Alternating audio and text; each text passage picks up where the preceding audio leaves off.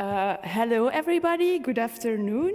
I am Alev, and this is my colleague Ester, and we work both at Huis voor Gezondheid. Today, we are here to present you briefly the project physical activity on referral in Brussels. Okay. We work at Huis voor Gezondheid. Huis voor Gezondheid is a Dutch networking organization in Brussels. It supports healthcare professionals and organizations in Brussels. It strives for accessible and high-quality Dutch care for citizens, and it consists of two subdivisions, namely Bons and the primary care zone of Brussels-Brussels. Okay, Bons focuses on attracting, retaining, and connecting healthcare professionals. And we also fully committed to developing new tools in Brussels in collaboration with partners. And Brussels, as the primary care zone of Brussels, focuses mainly on community-oriented care. Okay, and now the project. Je wordt ouder en je wilt nog een beetje meekennen met iedereen. Ik heb ook kleinkinderen, dus het wordt een beetje moeilijker voor van alles te doen. En ja, ik heb die stap gezet en ik voel me daar wel goed bij.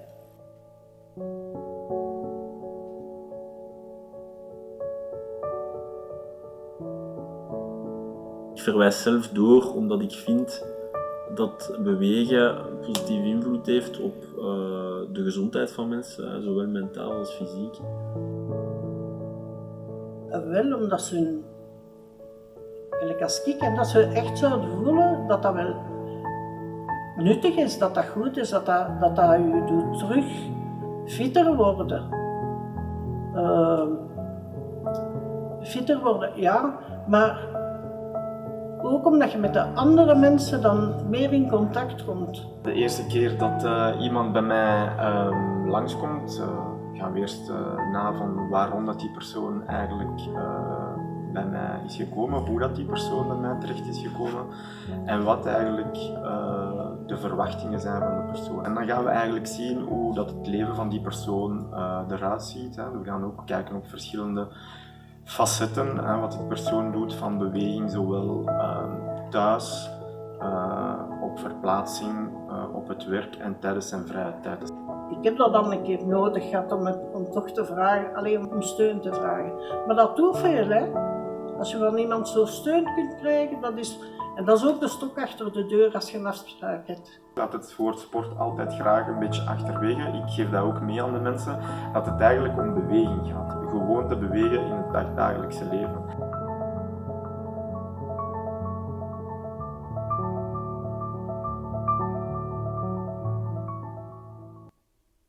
Okay, so the name of the project is a physical activity on a referral. In Dutch we say bewegen op verwijzing, and in French we say mouvement sur référence. It's a Flemish project that is professionally supported by Vlaams Instituut Gezond Leven. In Flanders there are 59 primary care zones and one in Brussels. And since 2017, Huis voor Gezondheid has been coordinating the project in the primary care zone of Brussels. Okay, Brussels is a very large... Okay.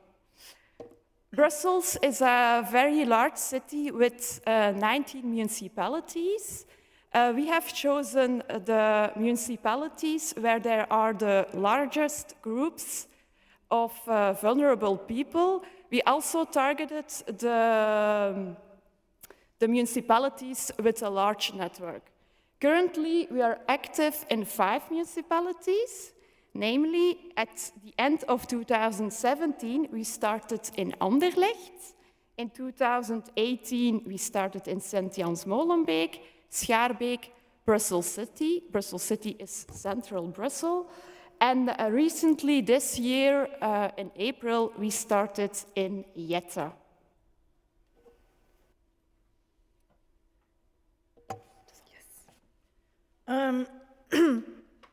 The goal of the project is to let people move more, and the patients can get a prescription by their doctor. So it's very important that their doctor refers their patient with an increased health risk to a physical activity on referral coach, as you could see in the video.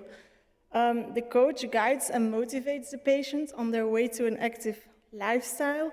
And the big difference there, it's not a physical activity coach, it's really a motivational talk, and they look for opportunities together to move more in their daily life. And that way the patient has to move on themselves, but not with the coach.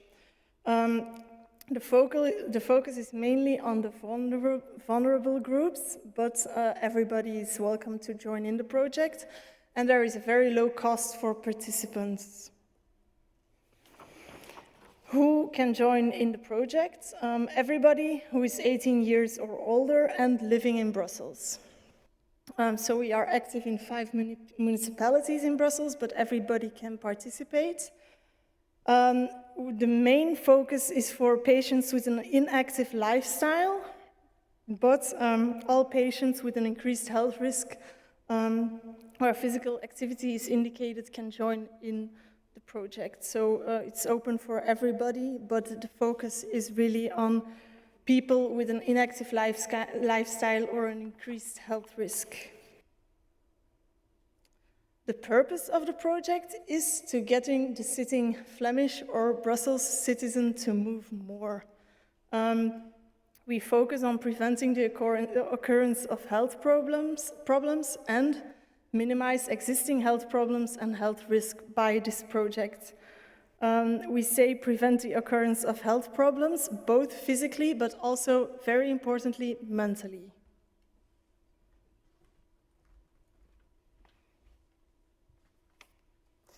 And then for the implementation of the project, there is a need for a broad intersectoral network with several local partners from the welfare and the health sector, in which the patient is central.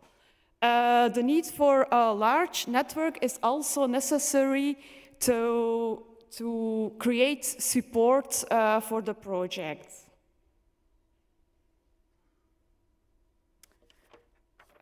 Okay, and then the coaching starts first with a personal physical activity plan. So the coach starts from the doctor's referral letter. Without a letter, it's not possible to participate in this project. Then the coach asks which activities and sports the participant likes. The coach informs the participant about the local physical activity options within the municipality, and at least the coach draws up a personal physical activity plan together with the patient. Okay, then move more all day long. The participant gets to work with his or her personal physical activity plan, and then the coach will continue to guide and motivate the participant during the first week and months of the trajectory.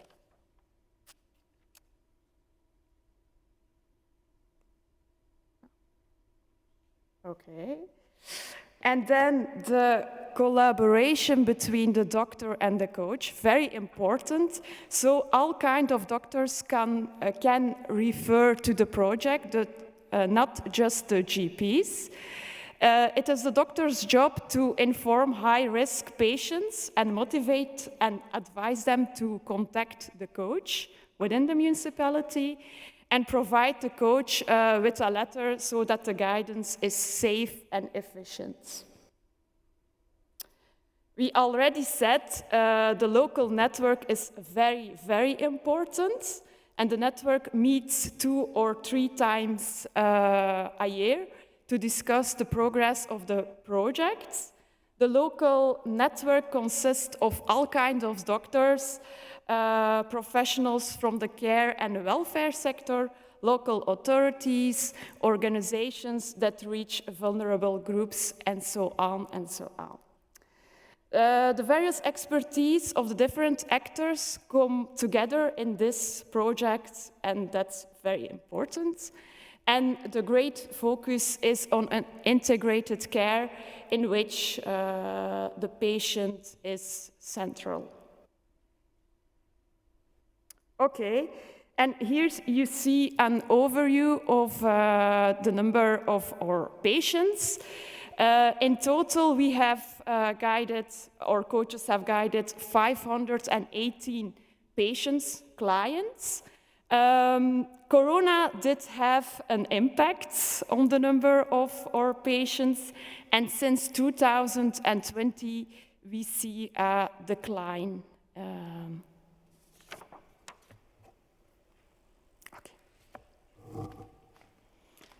And then the learnings of our project.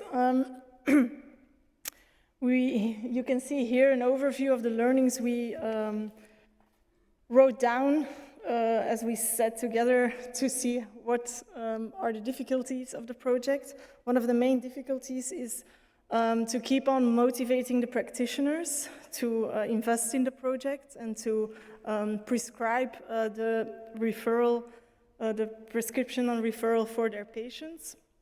So there is a very much need for continuous promotion for the practitioners, but also for organizations we work with. There is a low cost for participants, but we see that the low cost is still a barrier for participants to participate, and also a barrier for organizations to engage in the project. There is an importance of good coordinating organization, but there is also an importance of a broad network for the success of the project, as we can see in the different municipalities we are currently active in. And then there is a big uncertainties and unattractiveness for the coach to keep on doing the job. For example, there is the insecurity of the participation for the coach. If the participant doesn't show up, he doesn't get paid. The coach needs to be self-employed, and he has to combine this with another job. Another learning I thought of while we were doing the presentation is that unfortunately, up until now, it's only for doctors who can prescribe this physical activity on referral. But hopefully this will change soon, and we can also use other practitioners in the primary care for this project. That would help a lot. If you want more information, here you have our contacts, and thank you for listening. Thank you very much, Alev and Esther, for so generously sharing with us your work. I think the video that you shared really made it come alive, so thank you for that. I'm sure that there will be a lot of questions, but I will ask you to just hold your questions for now, because we are going to go through the different presentations, and then we will have a discussion at the end. So with that, colleagues, I'm going to now invite our next colleague up here to the floor, who is Cheryl Bos.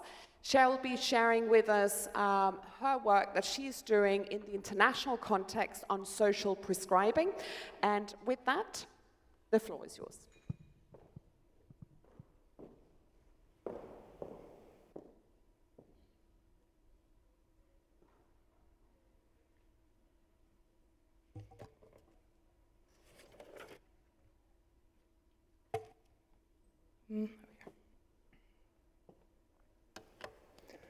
So, welcome to my presentation about implementing and embedding social prescribing successfully.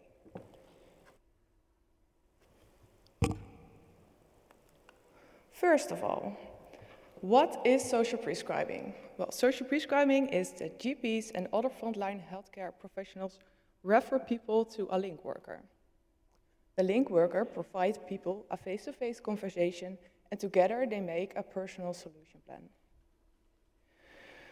So people with social, emotional, and practical needs are empowered to find solutions which will improve their health and well-being, often using services provided by the voluntary and community sector.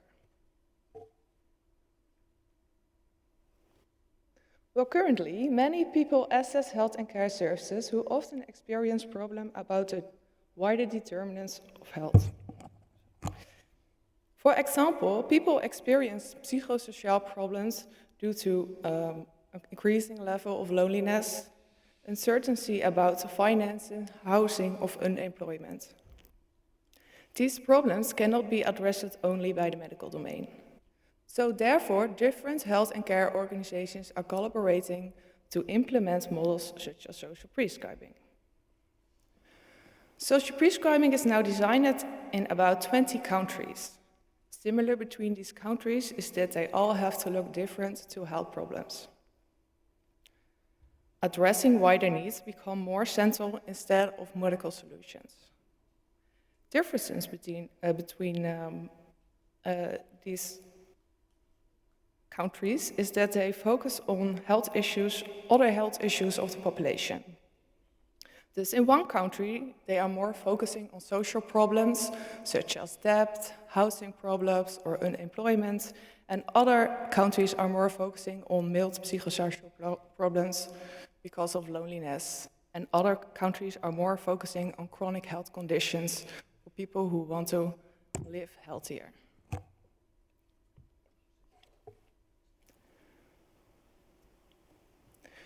Well, in the Netherlands, many health and care organizations have started implementing models similar to social prescribing.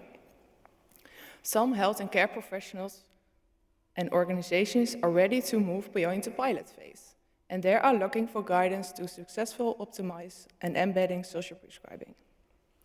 Therefore, insights from other countries is helpful to learn what is needed in the last phase of implementation. Namely, which mean focusing on structurally and maintaining, embedding, and social prescribing as an integral part of the healthcare sector. So, therefore, we started an international literature review. So, what are my research questions? So, what are the guiding principles for successful implementation and embedding of social prescribing? And what are the underlying contextual factors and mechanisms influencing these guiding principles? We conducted a realist review, which means that we looked at what works for whom, in what circumstances, and in what way. So, not only does the intervention work or not, but why the intervention works or not. Think it as an iceberg where you can see above the water if the intervention is working or not, and below the water you can see why it works or not. For example, what makes that in one situation the collaboration between general practitioners and link workers goes well, and in the other situation it does not. It may be that in one situation the link worker works in the same building as the GP, and in the other situation they do not, which makes collaboration less accessible.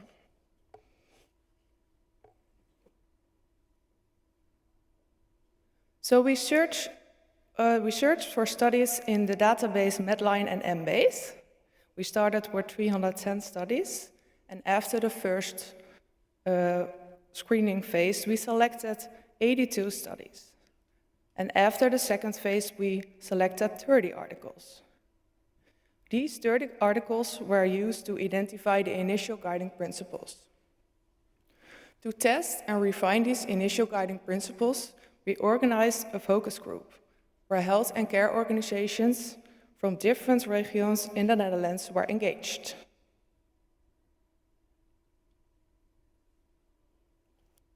So, what are the guiding principles? these guiding principles are useful for policymakers and health and care professionals. So the first one is create awareness of the benefits of addressing wider determinants of health and the role social prescribing can play. The second one is ensure health and care professionals build trusting relationships with all involved stakeholders to create a cyclical referral process. The next one is invest in link workers' skills and capacity so that they can act as a bridge between different sectors and domains. Second one is ensure SP services can address clients' wider determinants of health and help clients to improve their self-reliance and increase their community participation. And the last one is invest in aligning of structures, processes, and resources between involved domains to support SP services. So because of the limited time, I will further explain one guiding principle a little bit deeper.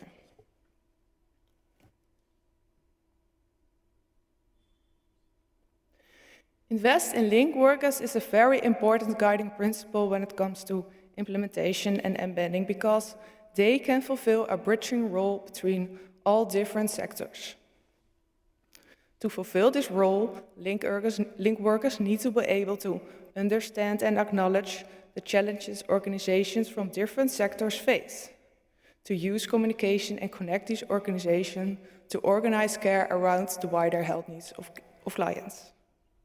They also need to be able to create an overview of the locally available social infrastructure, like services and activities, to create an overview to ensure that their knowledge of the available services is always up to date. And they also need to be able to support the vulnerable clients and communities with complex needs, to create behavioral change by addressing their wider needs, and to find an appropriate activity or services. So it's a very demanding job, and therefore it's important to invest in these link workers. So I have an example. For example, social prescribing is largely dependent on the infrastructure of local communities, which can vary across locations. Some link workers use innovative strategies and develop self-sustainable groups around clients' interests.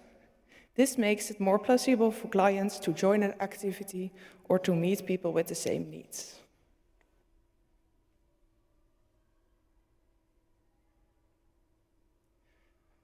Okay, some main lessons to make social prescribing an integral part of the healthcare sector. Well, first of all, cultural change is needed for as well as healthcare professionals as well as clients to work structurally with SP services. Creating a cyclical referral pathway and collaboration between health and care professionals is also a main lesson. And because receiving plans based on clients' changing needs, so clients can move between sectors and settings. Also, respect and include the informal care, like voluntary and community initiatives, because they can play an important role to help people with wider health needs and to make alignment and collaboration between different sectors possible. Besides, it's important to embrace community initiatives and facilitate them become better partners of the formal care. Last but not least, structural finances is needed so SP services can offer it permanently.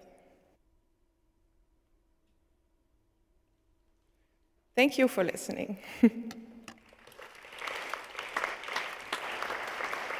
you very much, Cheryl, and again for systematically sharing with us your research. I think there are many lessons learned, and one of the key lessons that you highlighted was, of course, to embrace community initiatives.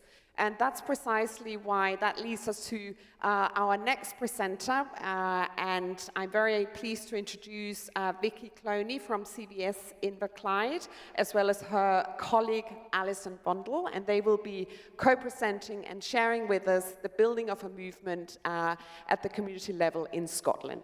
Over to you. Hello, everyone. My name is Vicki. This is my colleague, Allison. And we'd like to share how an initiative called Inverclyde Cares is contributing to building resilience and fostering compassion within communities that are experiencing severe and multiple disadvantage. So Inverclyde is a small local authority in the west of Scotland. It's a place of immense beauty with about 78,000 residents, but we're also home to some negative statistics. 45% of the data zones in Inverclyde are among the 20% most deprived in Scotland. About 24% of our children live in poverty. We have the third highest number of drug deaths in Scotland, and alcohol-related hospital admissions is significantly higher than the Scottish average. In recent years, the undercurrent of these multiple disadvantages and more has been compounded by the uncertainty and challenges of a global pandemic and the cost of living crisis. However, we also have Scotland's first recognized compassionate community, which is called Compassionate Inverclyde. And a little shameless plug, Alison will be talking about that tomorrow at the plenary session. It's this juxtaposition between the radical kindness and the severe and multiple disadvantages our population experience, which has led to a social movement called Inverclyde Cares. I'll pass over to Alison. Thank you. So it was really important for us in Inverclyde to think about what is really important for the community, because sometimes we think about what we need and what we think that our communities need, but it was really, really important to listen to the communities. And we met with lots and lots of people in the community, so we came up with 4 principles together. And that was about engaging communities, connecting people, building neighbourly and kind communities, and becoming stronger together. Social connections, everyone plays a part, and people are nurtured and supported. That is really, really key and important for a sense of belonging.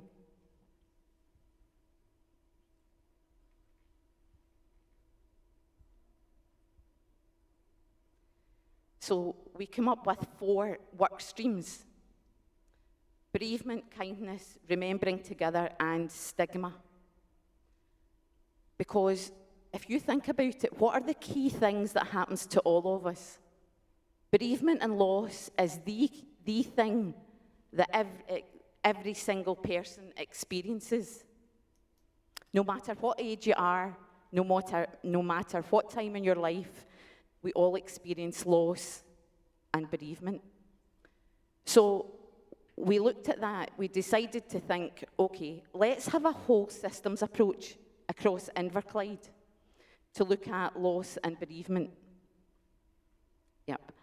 And at the same time, there was, for our nation, Scotland was a bereavement charter, with the notion that bereavement becomes a human right and that everyone should be able to access support when needed, and be treated with dignity, have choice, and respect in regard to that. So if we wanted someone who lives in Inverclyde, no matter where they lived, no matter who they were, to be able to go to their community centre or go to their church, go to their employer, go to the library, no matter where they were, and pick up resources that would be helpful to them. Plug into support groups or whatever might be needed for that person. Because we recognise that bereavement is unique to every single person. It's lifelong and it's not linear. So we had to come up with something that was really unique.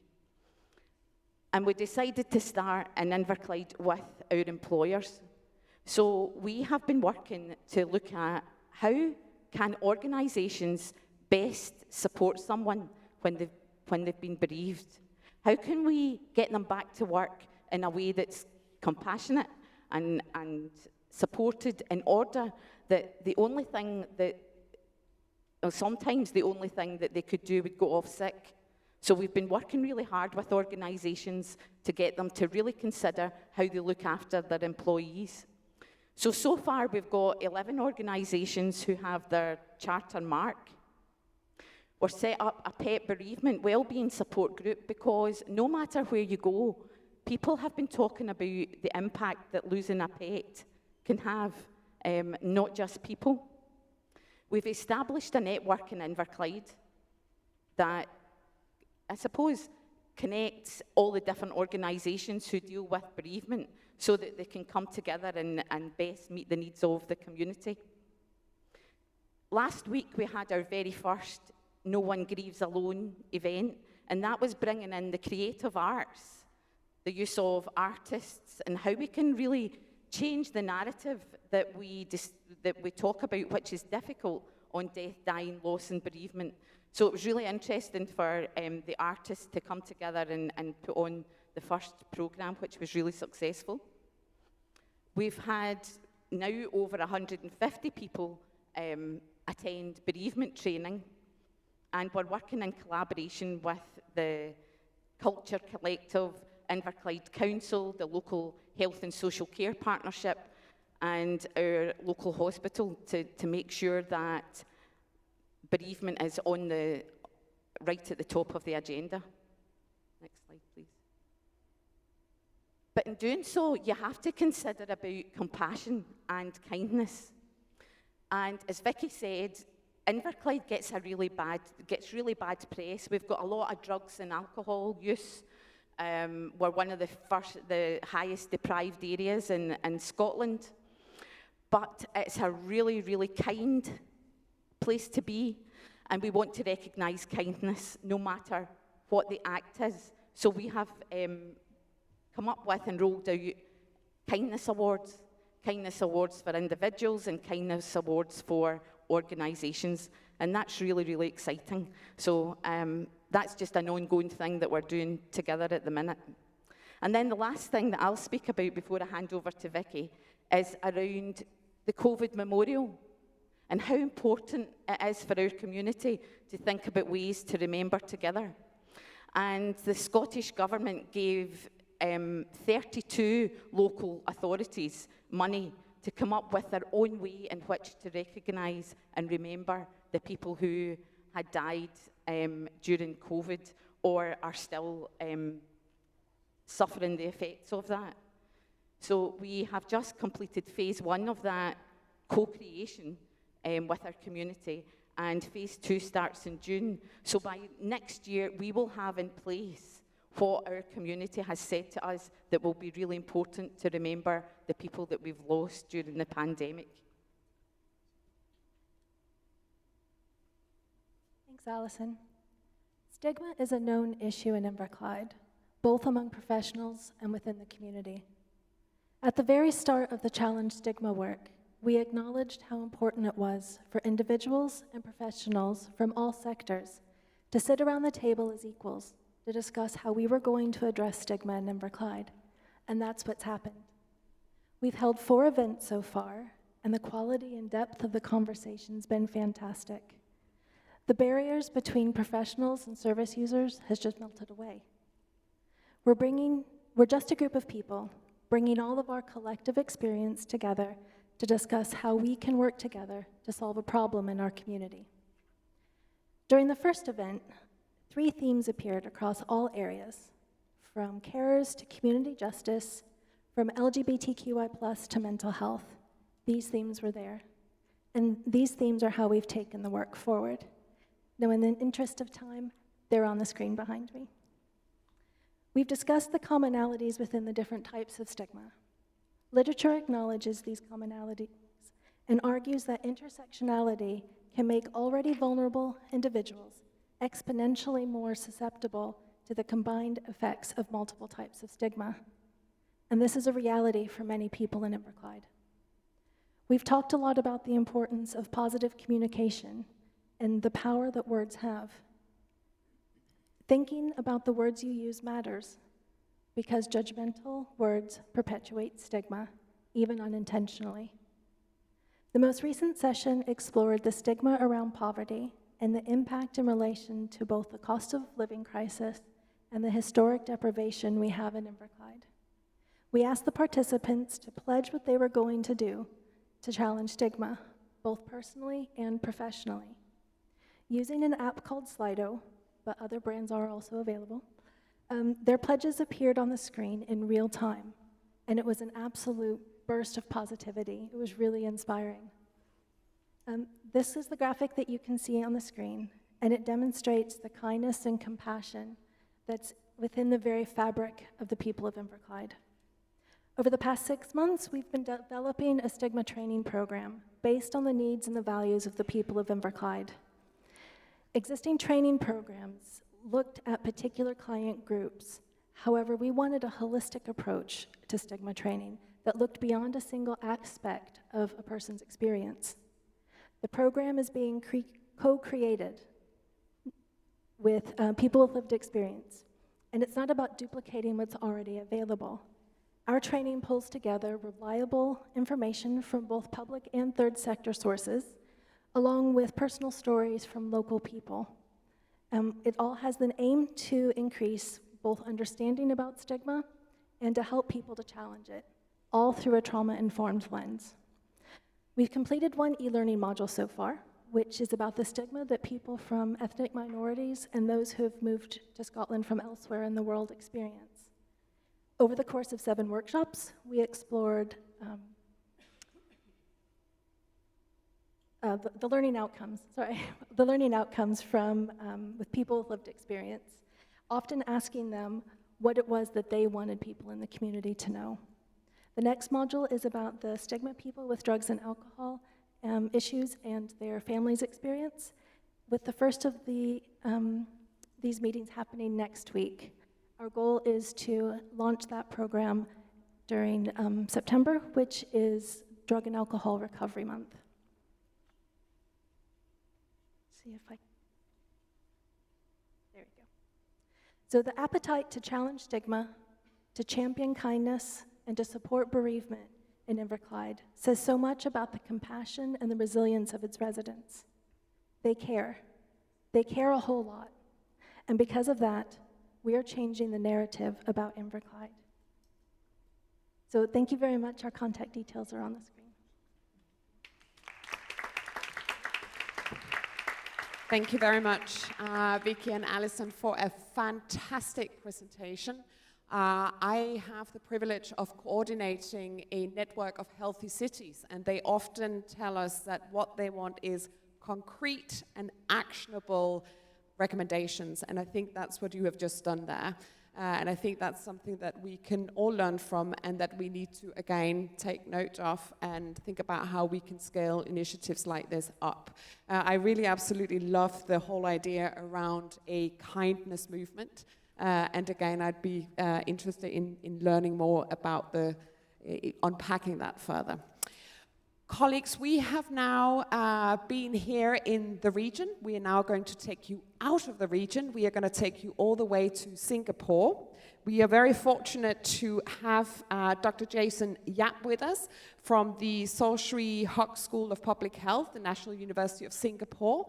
And he will be sharing with us some of his work around the reforms that's happening in response to the rapid aging population that we are seeing across the world, but of course also in the region. So over to you. Thank you very much. I kind of expected a much smaller room today. So it's now we're going to have a bit of a change of pace because we've been hearing about all the good work that's been done in many locations. In Singapore, it's one location. We're kind of dense in some ways.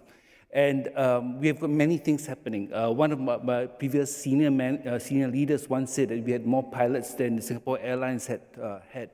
So, but what I'm going to present here is not so much about the spot changes that we have, but about a rather large change and the architecture of that and how it's coming about.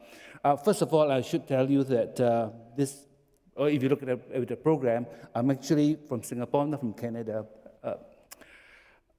If you have read the Handbook Integrated Care, The second edition came out recently, a couple of years ago, and we were privileged by the editors that they asked us to write in, to submit a chapter on Singapore. The first part of that particular chapter, we discussed the history of Singapore's healthcare. We tend to be a rather intense kind of community, and we change a lot of things. So through the years, we have actually, this comes from the chapter, we have actually changed in many, many ways. We originally had a British NHS type system. We evolved it by making people pay at the point of care, which is kind of like anathema in the UK. Then we changed our public sector by making them private limited companies, even though owned by the government. And then we changed it because we devolved a lot of ministry powers down to 2 clusters and then 3 clusters, and they kind of expanded. And then the question was, what is it like today? Today, in the current situation, is very convoluted because we've got many agencies, we have many people all playing many different parts, and it's gotten very complex within Singapore.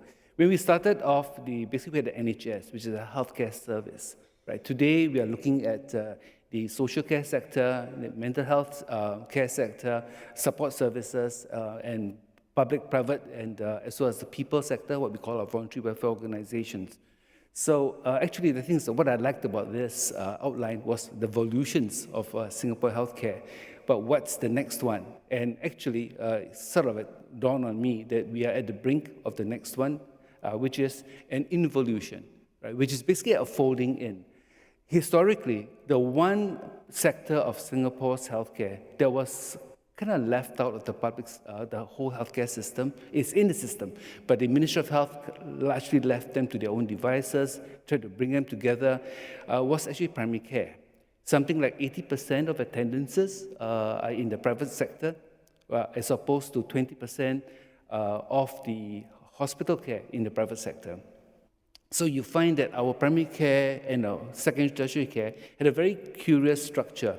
80% in the private sector in primary care, but when they need inpatient care, they need acute care, they go to the public sector, and that covers 80% of acute care and all that is in the public sector. So there was a major disjunction. We have a lot of primary care clinics which are out there by themselves, solo practitioners, they are in the same clinic for 40 years, and the ministry has been having a hard time trying to figure out how to get them involved because there's just very little leverage. Right? In countries which are centrally funded, where general practitioners are paid through some mechanism, it's possible to say you play ball or you don't get funded. Right? But most of the primary care revenue comes directly to the clinic, either for out of pocket or through insurance schemes or through some other mechanism, but it doesn't come from the government. So that was a major issue. But so the question here, the next evolution is, how do we fold in the primary care sector to play with the larger system? So this is what is announced, and this is what's happening now.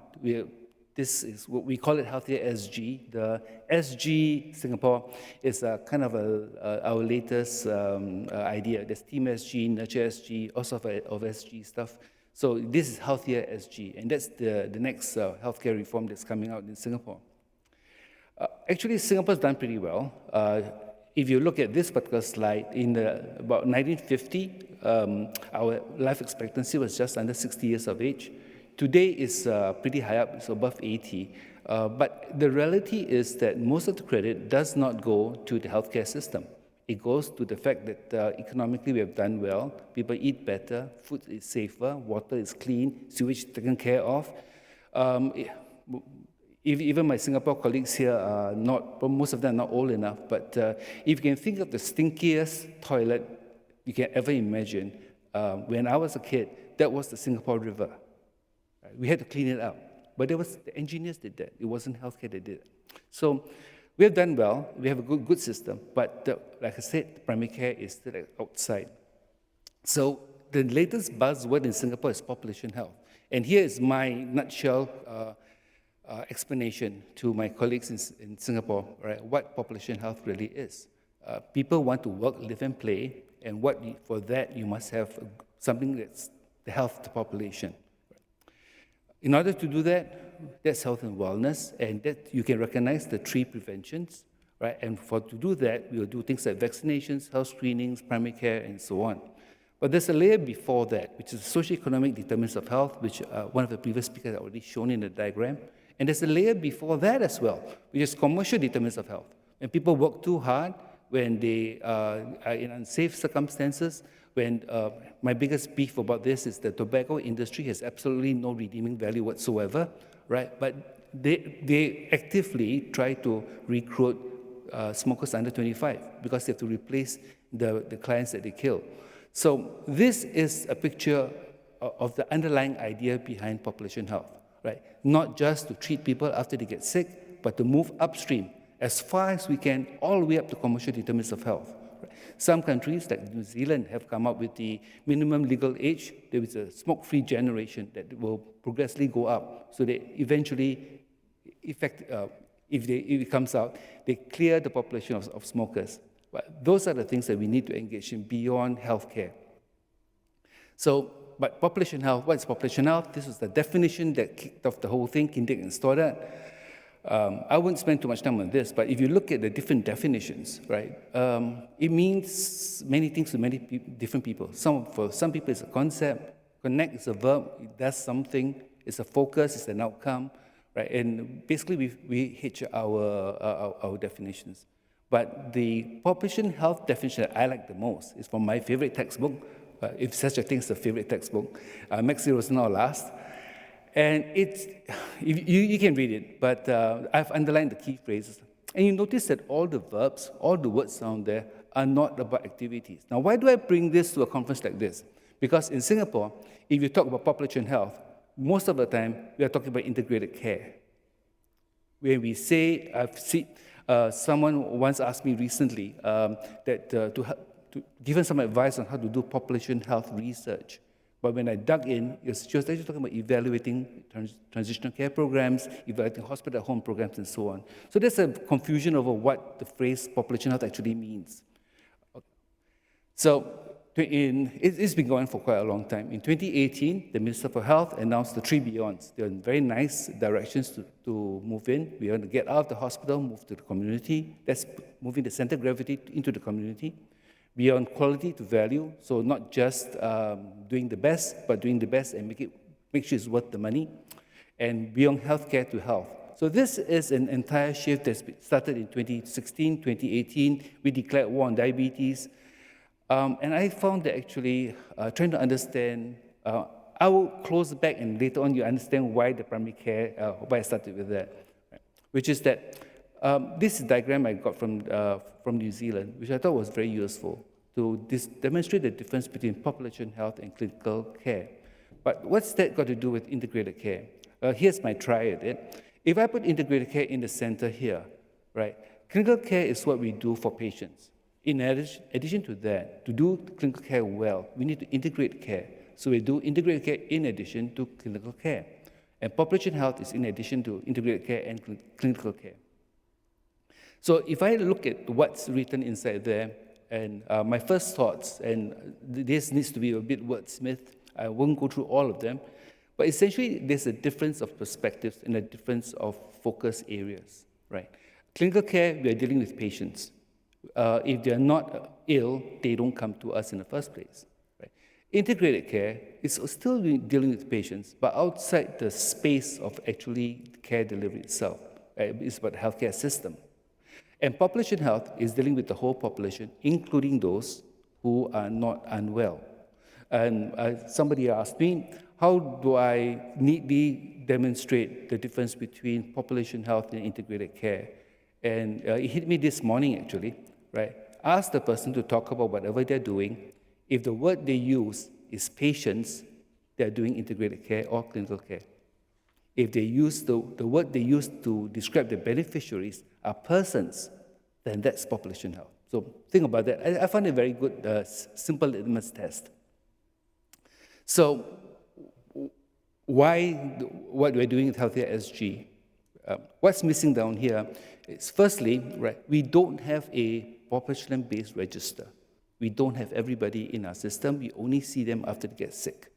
Second problem is primary care has been left out in the cold for a very long time. So how do we pull them in? And the third question, right, is that we do a lot of pilots, pieces here and there and so on. But how do you bring it all together?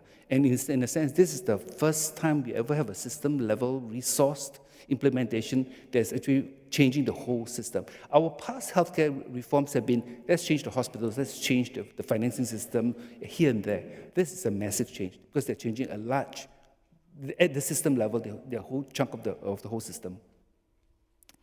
So the solution, all right, is Healthier SG. So let me run through that very quickly. If you go online, search for this, there's a nice brochure, there's a white paper that can go into greater detail. I won't spend too much time, but this is basically created for communication with the general public. But if you zoom in a little bit on this upper corner, these are the 5 elements of Healthier SG. They want to get every physician enrolled into the system. They want to get every person in the community enrolled with a physician, whether or not they are sick. Each one of them must have a care plan with check-ins and so on, and the government is going to fund that. No, they won't fund all of it, but they will pay the physician to do it, which is a bit of a distinction. If they need social prescribing, they pulling in all the other organizations like Sport SG, National Parks and all that to make sure that the community works with them as well, right? They will enroll every resident, and they were going to be fixing everything else like the manpower, financing, and IT. So this is a massive kind of thing, and it's going to cost a lot of money.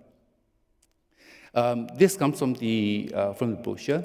There are other things they threw in. So not all of them actually, if you look at it, actually have to do with population health or integrated care. But you're just throwing for good measure, and maybe it's a good vehicle, right, to throw in a bit more PR and so on, because we're talking about investment in technology and so on, right?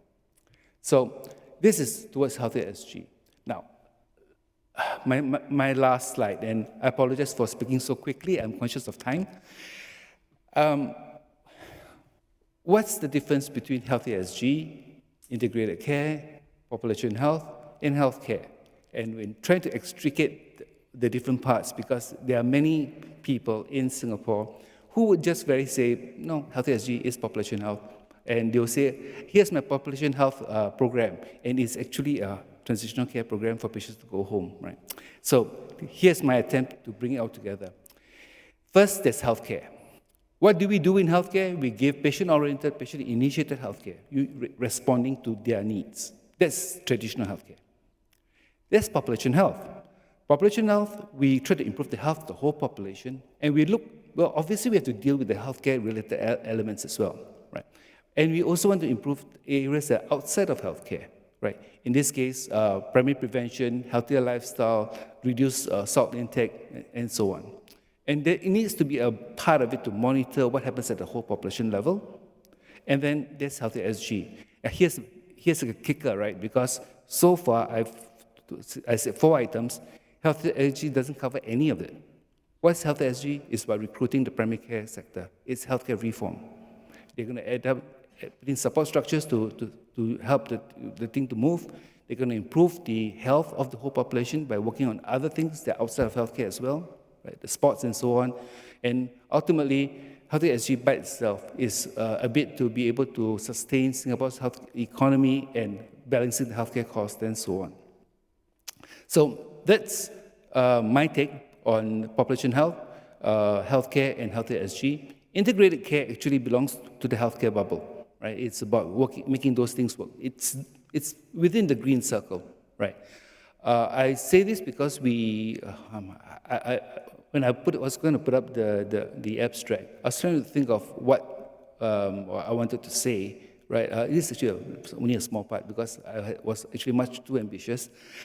And but ultimately, I think what's important is that we need to know what we're talking about, and we need to be clear that we are all talking about the same things using the same language, and that's a real challenge. I'm told it's a challenge around the world, but we suffer from it in Singapore to a great deal. Thank you. Thank you very much, Professor Yap, for a fantastic presentation. You have really given us a lot of food for thought, and also for sharing that very ambitious vision. With that, colleagues, we have just been to Singapore. I'm going to take you back to this region. I'm going to take you back to Wales, and I'm going to introduce you to our next and final speaker, and that is Liza Thomas-Emrus, and she will be speaking to the Wellness Improvement Service Initiative in Wales. So over to you. Right, last talk, so bear with me. I know we're all desperate to go for a drink, but please bear with me as I go through this presentation. So, my name is Dr. Liza Thomas-Emrus. I'm a GP in the South Wales Valleys for the Cwm Taf Morgannwg University Health Board, so an NHS Wales service, and I'm also the clinical lead for this new service called the Wellness Improvement Service, or WISE as we know it for short. And we're really privileged to have the support of the Bevan Commission as well as we grow and develop this service. So just for a bit of background, our health board serve a population of over 450,000 people, and some of our communities are some of the most deprived communities across the whole of Europe. So we face huge challenges with numerous socio-economic barriers to health and well-being, and it makes anything to do with self-management obviously very challenging. So our service, the Wellness Service, is a holistic service that is led by wellness coaches and medics like me with an interest in lifestyle medicine.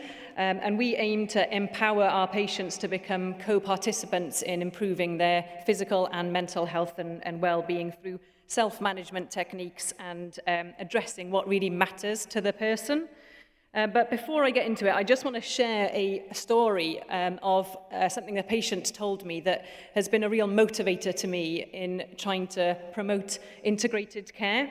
So in my practice, I had a patient come to see me, and after we'd sorted out his medical issues, as I was walking him out of the consultation room, I sort of turned to him and said, "Have you got any nice plans for the rest of the day?" And he said, "Oh yeah, Doc, we're celebrating today in my family." I was like, "Oh, what are you celebrating?" "Well, my sister is the oldest person to ever live in my family." So I'm getting really excited about this because I'm really interested in longevity and trying to normalize living well until 100 years old. So I was thinking to myself, I hope her sister is more than 105, which is my oldest patient at the minute. And he turns to me and says excitedly, "Yeah, she's 62 years old." And my heart absolutely sank that one of my patients is excited about 62 and had turned to me and hoped that he lived until he was 62, not just expected to live until he was 60, until he was much older.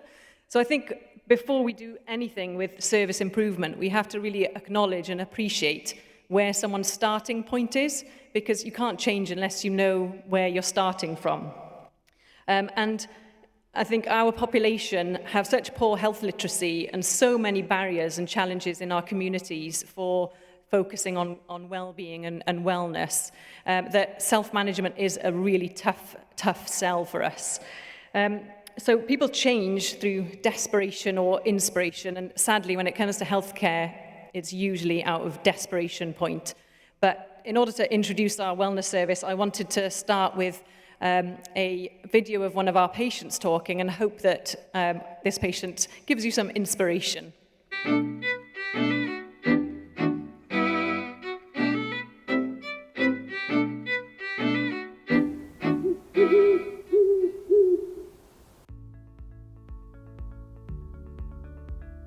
So the first question is, why did you join WISE? In the beginning,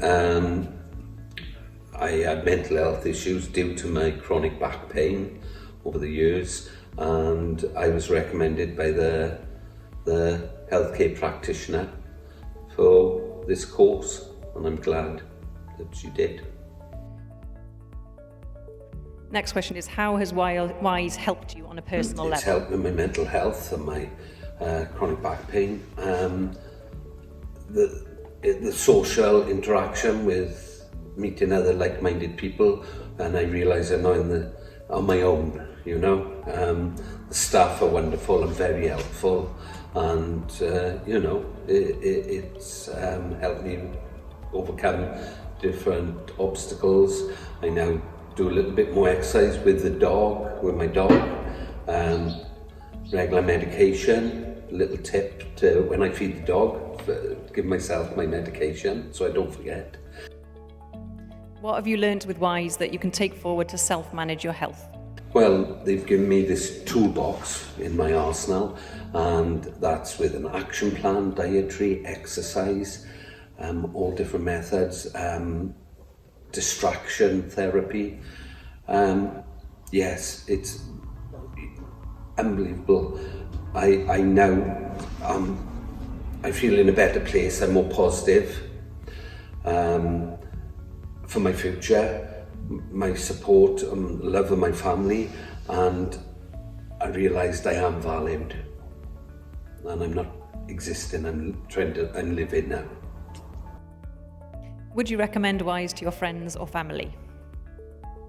Definitely. I fully recommend the course to anybody who is in a similar situation as myself. Definitely. So thank you, David, who is one of our patients, for sharing his experience.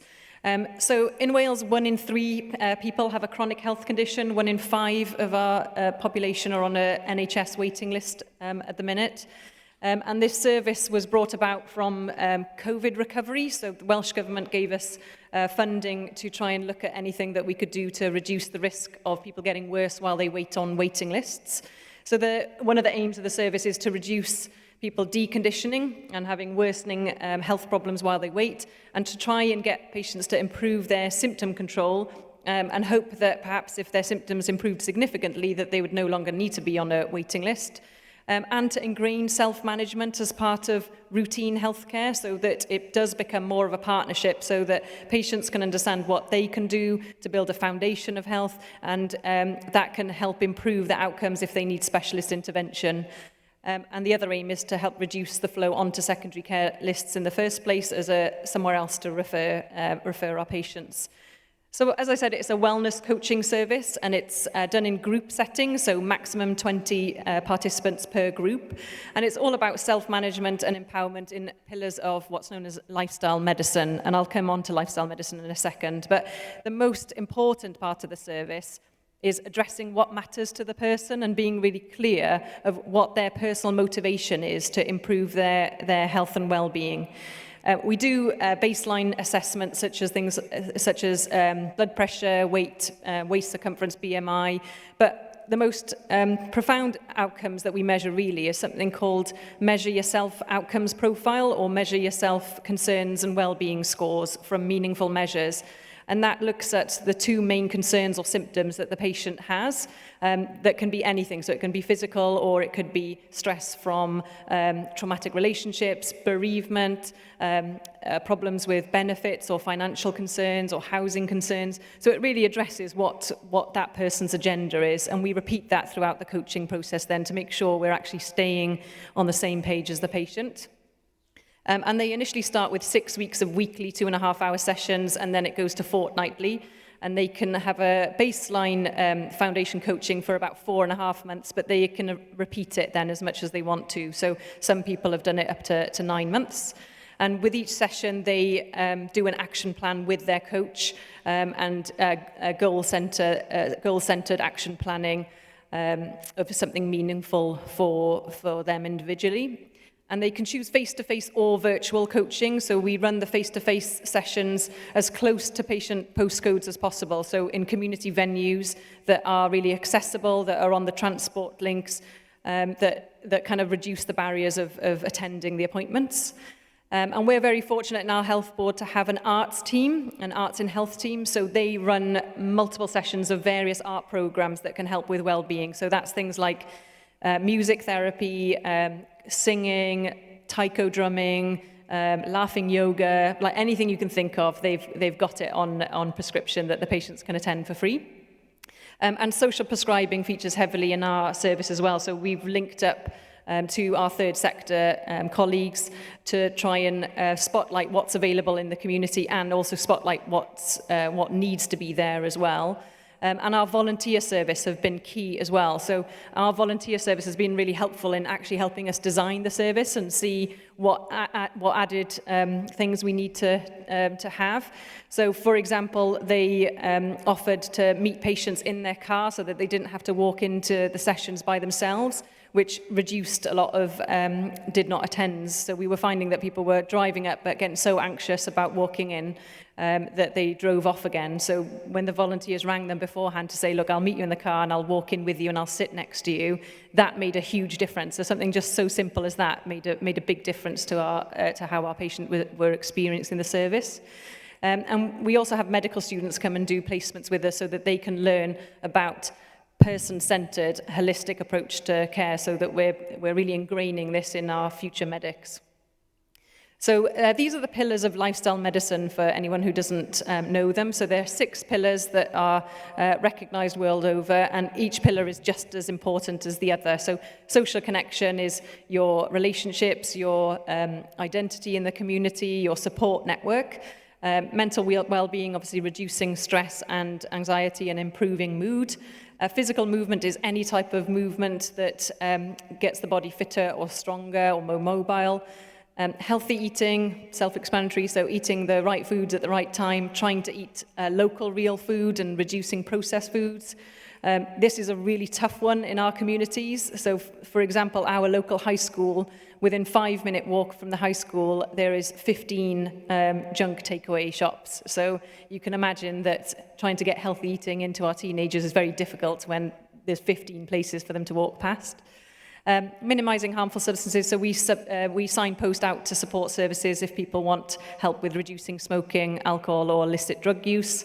And then sleep, so most of our patients with chronic health conditions really struggle with getting good quality sleep that helps heal the body, so we do a lot of work on sleep. This is an example of one of our key partners when it comes to social prescribing and addressing the physical activity part of our coaching service.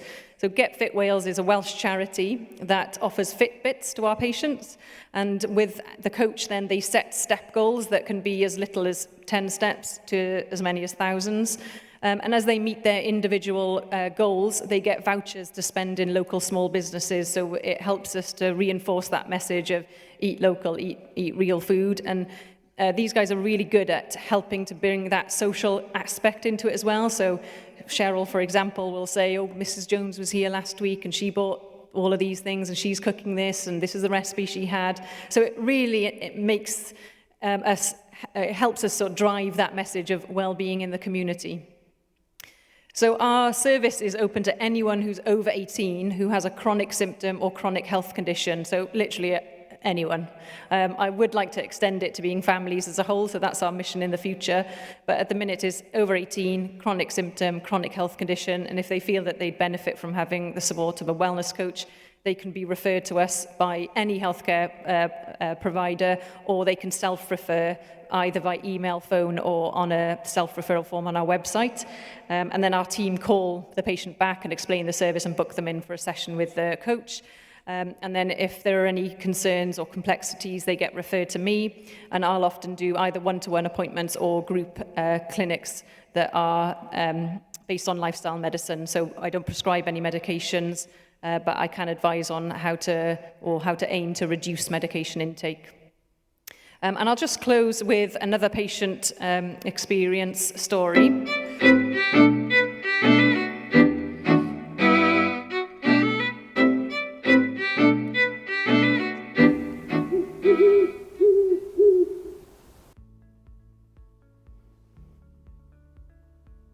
I approached my specialist about having more pain medication because the pain medication I was on, it just wasn't seeming to help. The longer I was going, it seemed the less the pain medication was helping.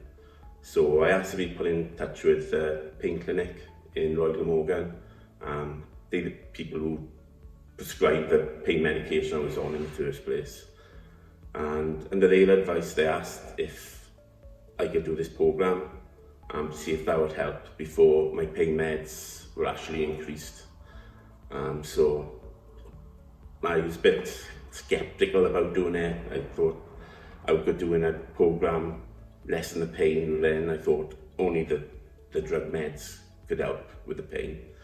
But signed up, went along with it, and really glad I did. How has Wise helped you on a personal level? So me being able to cope with the pain and my perceived level of pain, I think, has gone down. So now looking really to have more pain meds to help me and coping it more. And there's other benefits as well that came along with the programme. Better mental well-being, being able to interact with my family more. They give you a toolbox of being able to cope, and that really helped. That did. Helped with sleep, helped with spiraling weight, depression, all seemed to get better following this programme. What have you learnt with Wise that you can take forward to self-manage your health? That my life really isn't about my condition, that my pain isn't the be-all and end-all of everything. So it's given me like the techniques and the willpower to be able to put pain in its place, so I can have more of a meaningful relationship with my wife, with my children, with the rest of the family and friends, which, to be honest, I was getting more isolated from, so this has helped. Bit of an eye-opener sometimes, but then good that they give the techniques and the way to sort that stuff out. Would you recommend Wise to your friends or family? Yeah, totally recommend it. It's a real game changer for me. I really see the benefits in my life. And if it can help somebody else, yeah, go for it, try it. At the end of the day, you've got nothing to lose.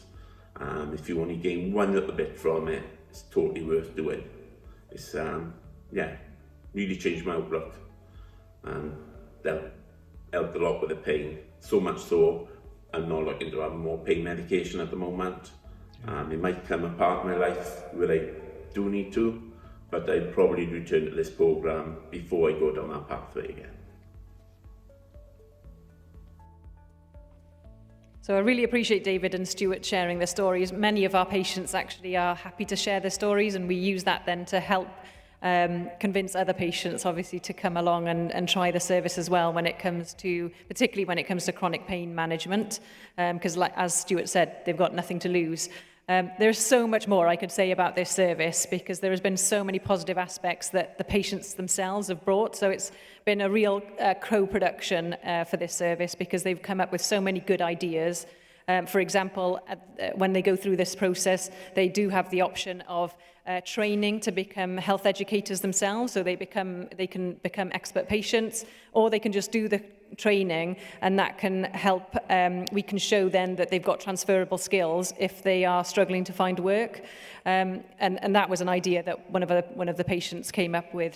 So many opportunities with this service to grow and adapt it, and that's what we're kind of constantly looking at to see what else we can add in to try and get the best outcome for our patients. But yeah, please get in touch if you've got any questions, or if you're interested in taking this approach with your patients. Thank you. Thank you so much, Dr. Liza, for a fantastic presentation. Absolutely wonderful. We heard early on from Cheryl about her research on social prescribing. You brought it to life by sharing your journey in Wales, but also by sharing the story from the community and the impact that it has. I think that was absolutely fantastic. We have now come to the end of our fantastic interventions, and I'm going to hand over to my co-chair, who is Richard Levansuk from Alberta Health Services. So over to you, Richard. Well, many thanks to our presenters who gave us very interesting and inspiring presentations. I think a theme that went through all of the presentations was wellness, and we do have considerable time for some discussion, and if we can get through some of the questions, I may bring us back to that, or may tie some of the questions to wellness. But we'll start off with, are there any questions from the audience present here? We have a number of questions that have been sent in by those remotely. And we do have a microphone available for you, and because we are presenting virtually, we'll need you to use the microphone.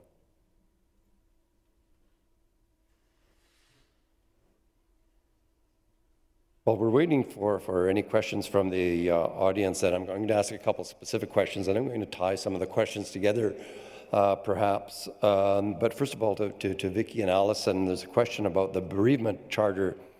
Is an interesting concept, and I can imagine that the topic can be emotionally draining for the people involved.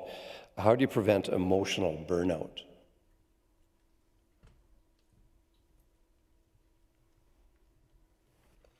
Is it working? Oh, yeah.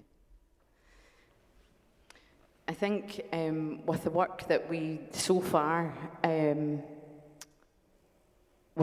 within the organisations, the most common thread is that the only offer of support that people have had previously was really to go to their GP and go off sick.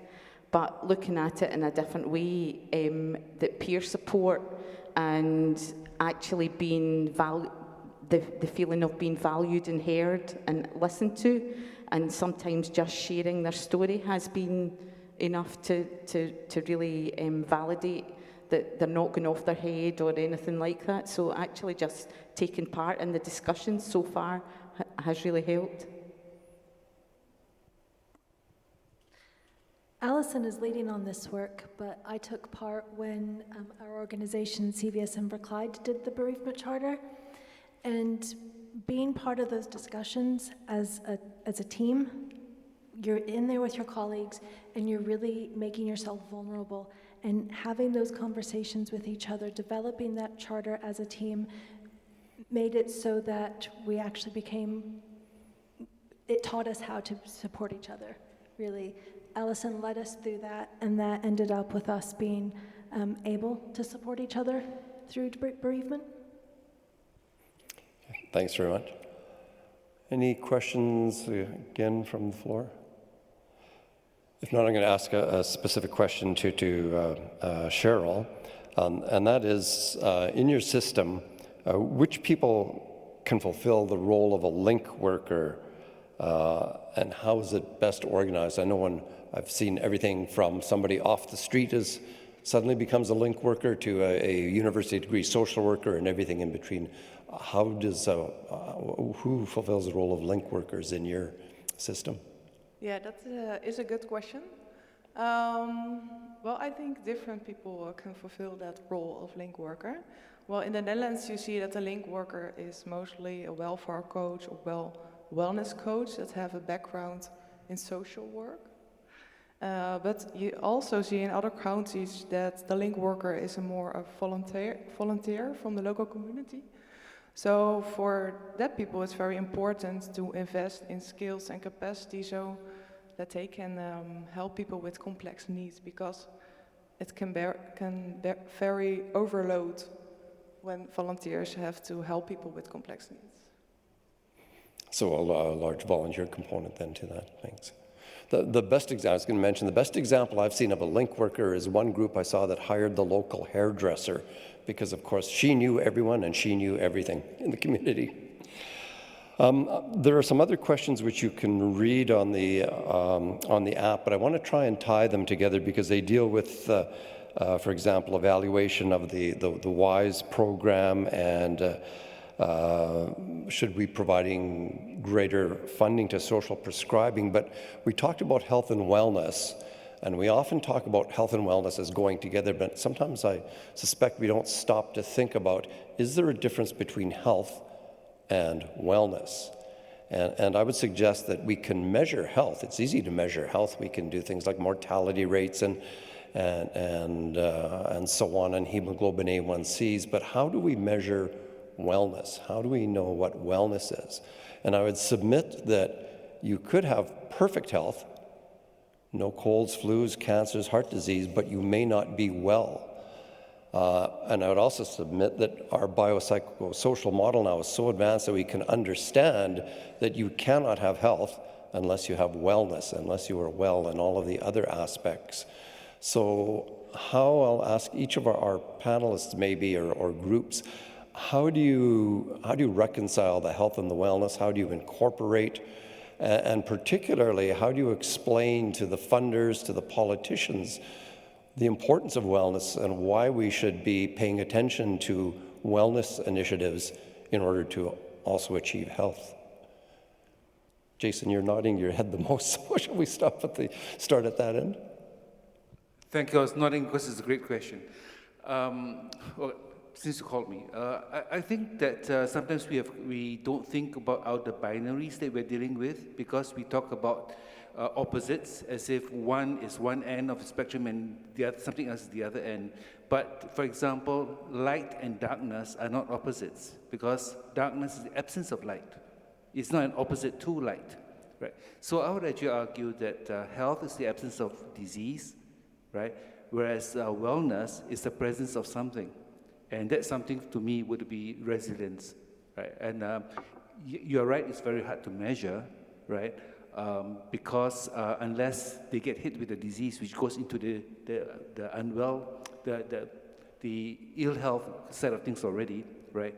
But it's resilience means that if something affects them, they come back quickly. It's bounce back ability. That's very hard to measure, but I think that's actually far more important. So those will be the true opposites. One end is disease, and the other end is resilience, and in the middle is the absence of disease and the absence of resilience, which is not the best possible state.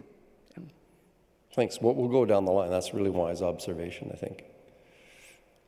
Yeah, I think this is really difficult because traditionally in the NHS you do need to have numbers in order to get more money. But obviously our service, success in our service is a bit more complex than that. So our patients often have significantly advanced multimorbidity. So on paper, they can still, if you look at just numbers-wise, they can still look like it's not effective. But actually, if that person is now living and they don't feel defined by ill health, and they're actually achieving their goals. So, for example, one of our ladies was isolated at home. She lost her identity as a grandmother, for example, because she couldn't leave because her mobility and pain were so high. But after coaching, she could babysit her grandkids. Well, that to me is a massive achievement. I'd much prefer that than see someone's cholesterol go down. Do you know what I mean? So this is like a point that we argue a lot about, is how are we going to measure this service to be as effective as it is. So I've passed that on to much cleverer people than I have. So our value-based health team are looking at how do we prove the effectiveness. But we're using these meaningful measures tools that can look at an improvement from a patient perspective, so an improvement in their personal concerns and an increase in their well-being. And because data is spread out everywhere in our health board, it's very difficult to measure, does it reduce contact with healthcare? But that's another area that we're trying to work with our data analysts to say, is there a way we can spot if having regular coaching reduces contact with other health services, which from what the patients are reporting, the answer is yes, but we want to be able to capture that so that we can see it on paper. Thanks very much. I think your first comments reflect the discussion in this morning's opening session about objective-based care and what is the objective for the person, and that probably contributes to wellness. I wonder if I could ask Alev and Ester to maybe comment too, because you also, I was writing my notes down here, and when you were speaking, the first thing you went to was actually what was the goal for the person. The very first example was, it wasn't about what made their health better, it was what was the goal for that person. Can you comment on the wellness aspect? The wellness aspect, yeah. So the goal for the patient was not only to move more, but there was a lot of more that was behind their question or their willingness to participate to the project. She felt that she couldn't, that she couldn't play anymore with her grandchildren, that she couldn't go to the store alone anymore. And by participating to the project, she had the feeling that she could do all of those things on her own again, or at least have a group that she could do it with. So it was a lot more than just only moving. It was also very a lot of physical aspects, but also mental aspects, as we also said in our presentation, I think. Thanks. And I want to ask Vicki and Alison again. I was particularly noticing the language that you use around wellness. You didn't so much use wellness, but compassionate communities, or compassion, kindness, neighborly. That seems to bring a very quite a richness to wellness. Can you comment? Yeah, the words compassion, helpful and neighbourly came actually from the voice of the people of Inverclyde. When we first started 6 years ago, we met with every single group that was established in Inverclyde and asked them what's it like to live there. And those 3 words were the most common words used. That it was a compassionate place, it was helpful and it was neighbourly. So we use those as the values of every piece of work that we do. But we have also, we run a high five programme about the 5 key ways to wellbeing. And what we've noticed with that is that it's the ripple effect of the relationships and the connections and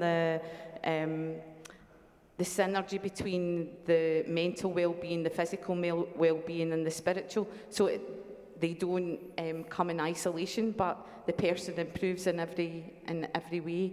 And the compassion and kindness is that we consider that we are compassionate, kind to ourselves and to others. And we try and use that language within organisations that don't normally speak that language. With businesses, and the bereavement work has been a way in which we've been able to look at that a bit more, with saying how can you compassionately look after your staff. So it's just changing that narrative. Mm-hmm. Thanks, Alison. We've looked a lot at language with the stigma work as well, and they talk about questions that you should ask yourself before you speak. Is what you say, is it kind? Is it necessary? How is the other person going to receive it? And I think if we all asked ourselves those questions, it would definitely be a much kinder world. But with earlier talking about outcomes, I think that with all of the consultation and the work that we've done in communities in Inverclyde, they've told us what they want the outcomes to be. They've told us that they want to be compassionate, they want to be resilient, they want to be neighborly, they want no stigma, and the work is really around creating the conditions for them to do that, giving them the mechanisms to achieve that. So we know that it's helping them on the journey to find the well-being and to deliver that. Mm-hmm. Thanks, Vicki. And finally, last comment to Cheryl again, then in your system is wellness. You're doing social prescribing, but is that how well is the wellness component appreciated perhaps by the politicians or by the leadership? Sorry, can you repeat it? Is the wellness component of health and wellness really appreciated? To what degree is it appreciated in your system of the importance of wellness as opposed to health? You mean the awareness? Yeah, because so many of our politicians want to know what are the hospital admission rates and what are the emergency room visit rates. Do they appreciate that if we look after wellness, then those things go down?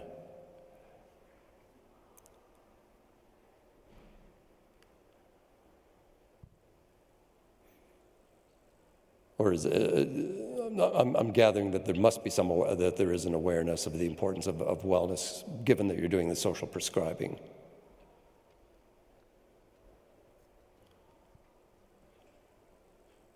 That's okay. We can discuss after about what goes on in the system.